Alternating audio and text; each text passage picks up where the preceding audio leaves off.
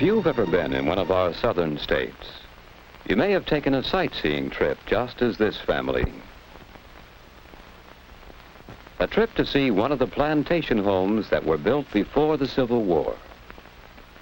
This beautiful mansion is one of many homesteads that were once the residences of southern planters.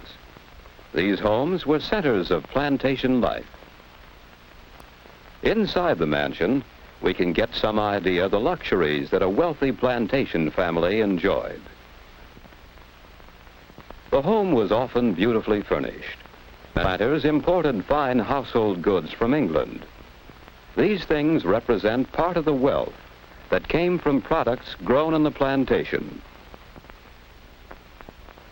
Here is a map that explains how this plantation was organized. It was almost a little community by itself. Most of the sections of land were devoted to one crop, such as cotton. Other sections contained orchards, vegetable gardens, and pastures, the source of food for the people and the work animals. The buildings included the planter's home, a mill, workshops, and a row of small cabins for the slaves, who did almost all the work. We can still find remnants of some of these things on old plantations. These small houses were for the slaves who worked on the plantation. In this carriage house, the plantation vehicles were kept and repaired. In the blacksmith shop, such things as tools, wheel rims, and plowshares were made. And all of this was done by hand, the hand labor of the slaves.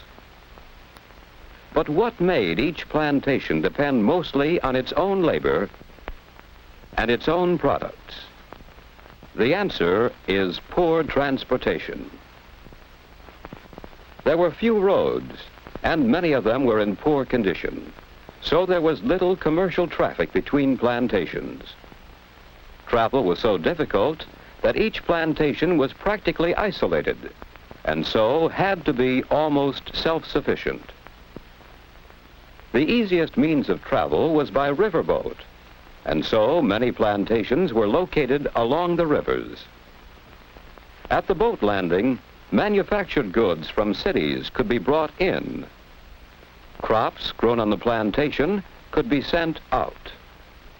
Most plantations raised and shipped only one crop. In most plantations near the Mississippi, the one crop was cotton.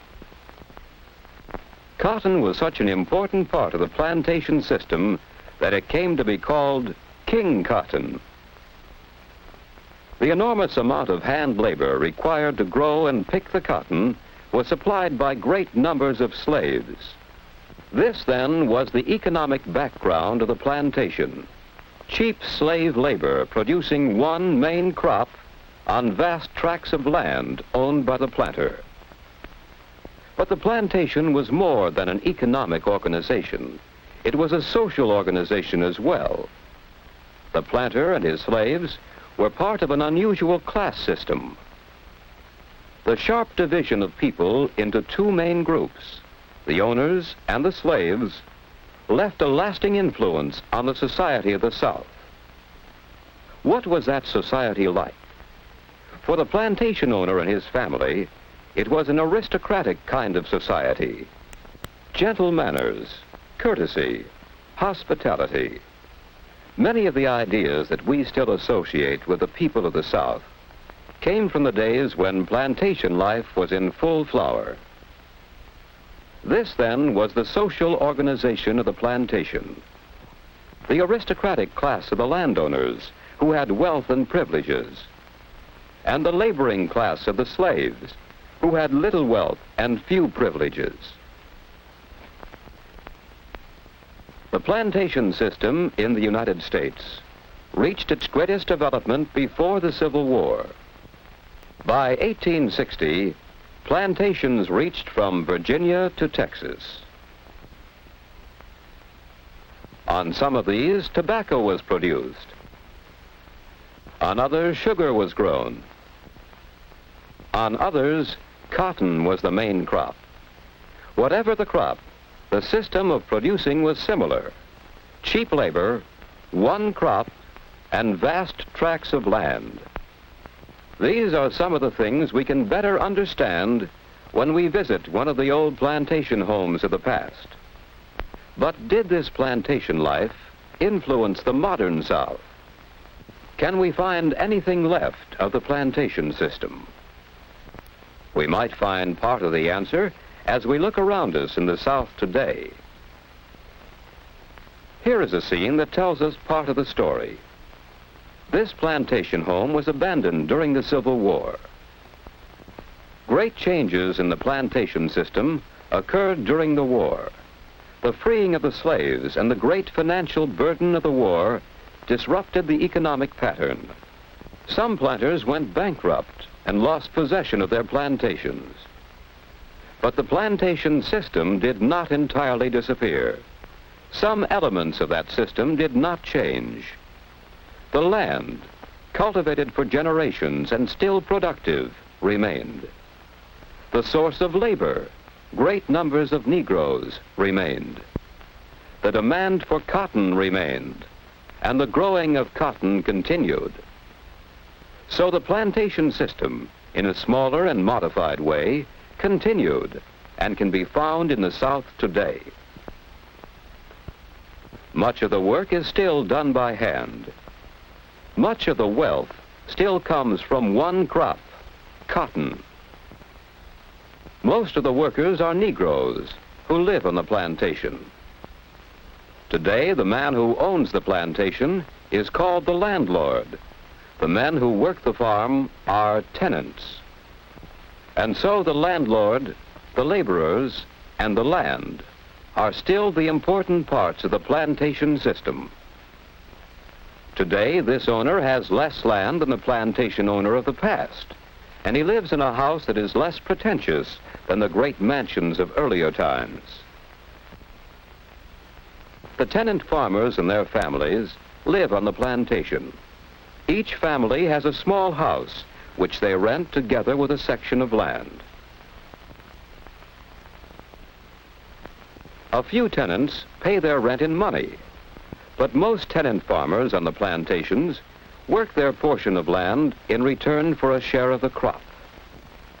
And so the tenant farmers, both Negro and white, provide the necessary labor for raising the cotton.